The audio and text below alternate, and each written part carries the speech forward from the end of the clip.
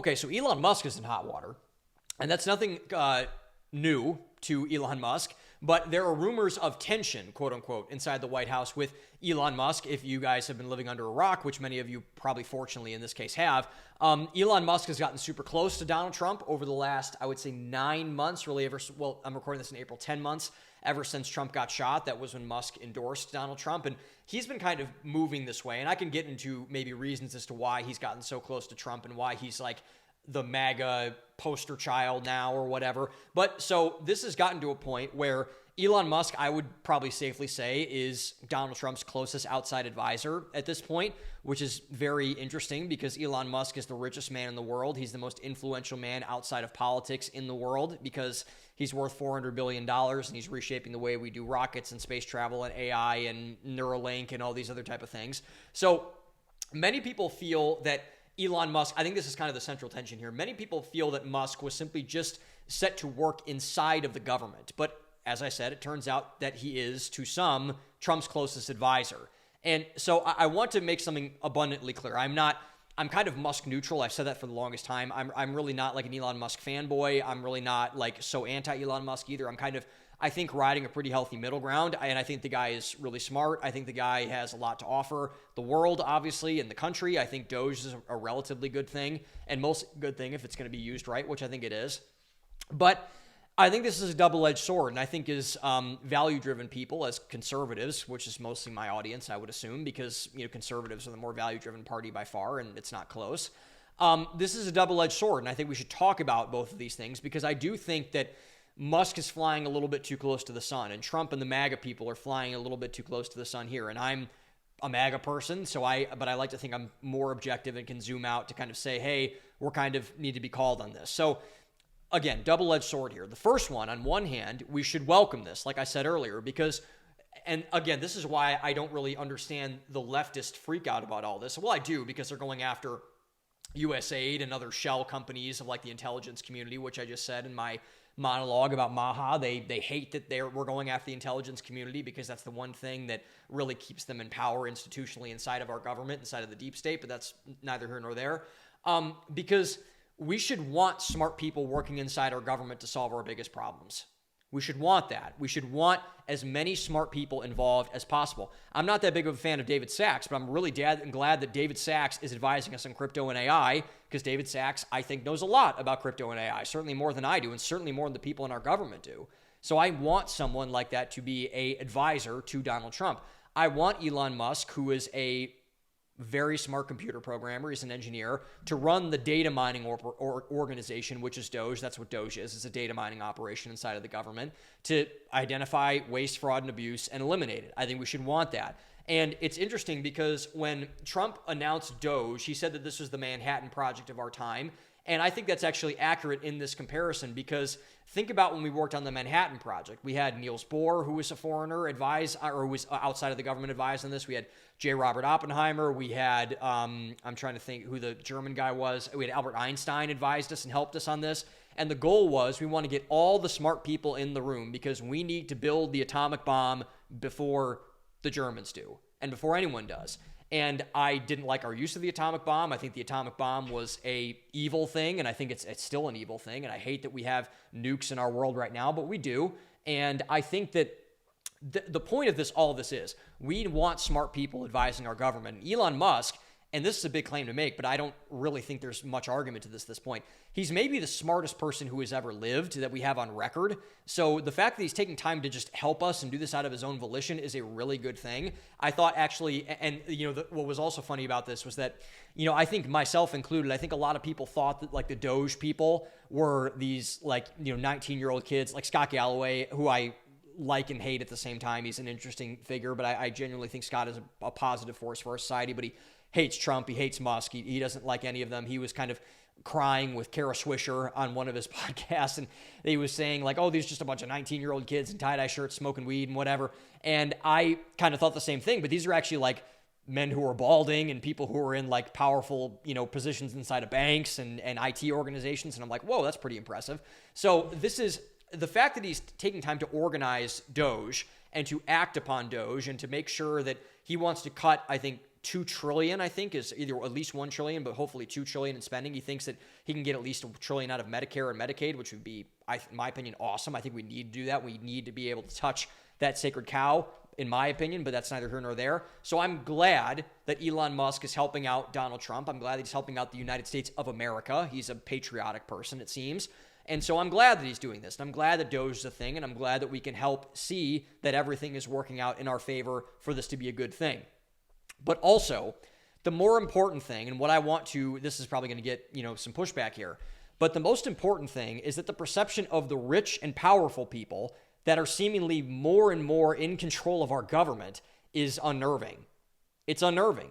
It's true with lobbying, and it's true with people like George Soros, and it's true with people who I think that, there's a reason why the right has every right to call, pun intended, to call out George Soros, because George Soros is interfering in American politics. He's buying off attorney generals in cities. He's buying off politicians. He's doing all the things he's doing in order to filter his influence through the Open Society Foundation, which is a corrupt, evil, demonic organization that wants to, basically usher in the New World Order, essentially.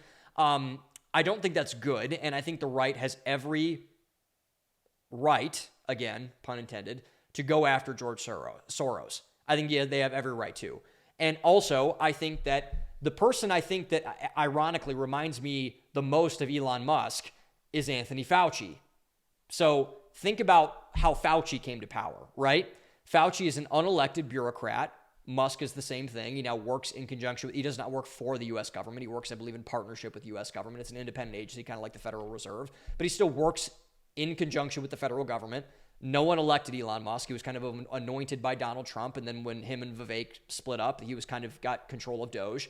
And now the right is kind of like making him their poster child. Like the Fauci thing was so ridiculous was because people were saying that he should become a saint in the Catholic Church. I believe Fauci is Catholic, but he should become a saint. They had him on candles. They had he said, I am the science. I'm doing all these things. And now you got Elon Musk kind of putting on the Trump pom-poms and the MAGA pom-poms and everything like that. And he's going out and he's got chainsaws on stage, and he's, making jokes with Javier Milei, who I love, by the way, but he's making jokes with Milei. He's doing this. He's kind of, again, shitting on people on Twitter, which I think is funny, to be honest, but he's getting into a uncomfy position because when you look at the alliance between Musk and Trump are the two most influential people, I would argue, in the world.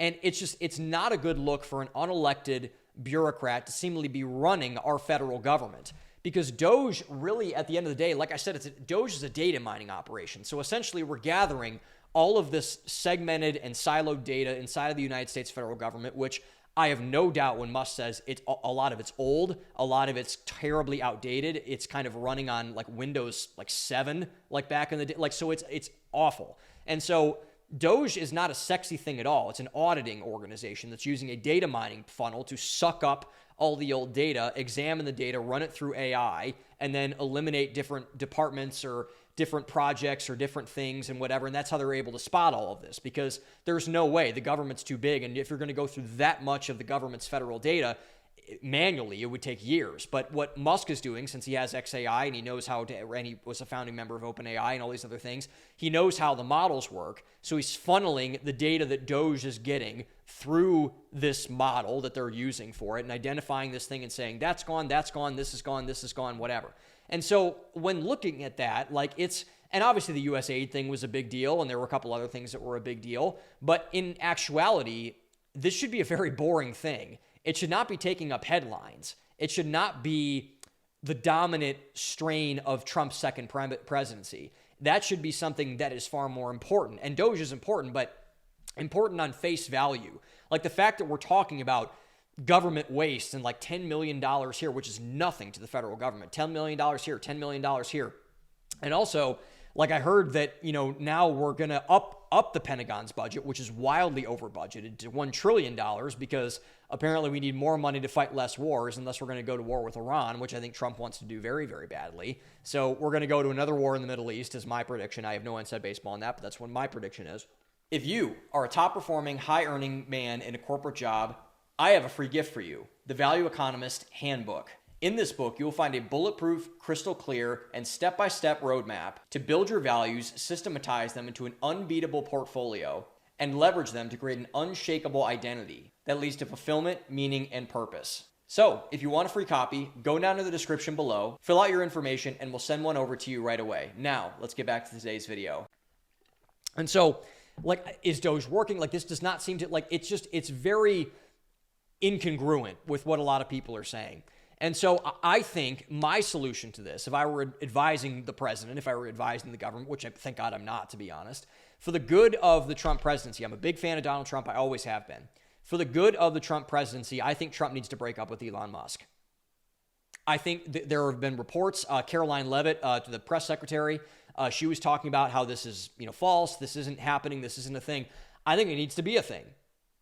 I think it needs to be a thing. I think Trump and Musk need to go their separate ways. I think he needs some distance from one another. He needs to be the girlfriend or the boyfriend. Oh, the boyfriend, we don't do the swap gender stuff here. He needs to be the boyfriend that tells, I guess, the other boyfriend, we need some space. We need to go on a break. We need some distance. Again, I think DOGE is valuable, but not at the expense of the broader Trump agenda, which is aiming to reset everything about how we do everything. That's how transformational he is. Bill O'Reilly was talking about this the other day. He is the biggest disruptor now, especially with the tariff thing that's going on. Trump is the biggest disruptor of a president we've had since Theodore Roosevelt.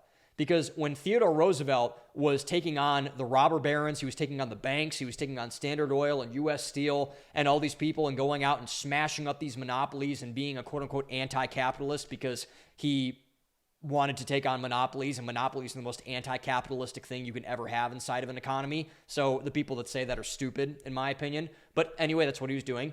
And so he was doing all those things and saying this and slashing that and blah, blah, blah, blah, blah. And so I think that it's too important for us to get bogged down into DOGE and this Musk-Trump thing.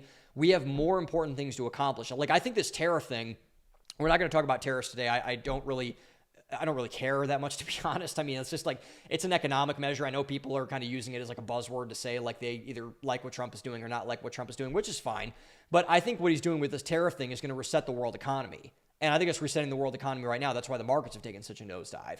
I think it's going to be a good thing in the long term. I'm a pro-tariff person. I'm a pro-worker person, which is why I'm pro-tariff. And so I think that it's just, we have more important, we have two wars going on that we need to end. We have the economy. We have the border, which is basically solved within 2 seconds.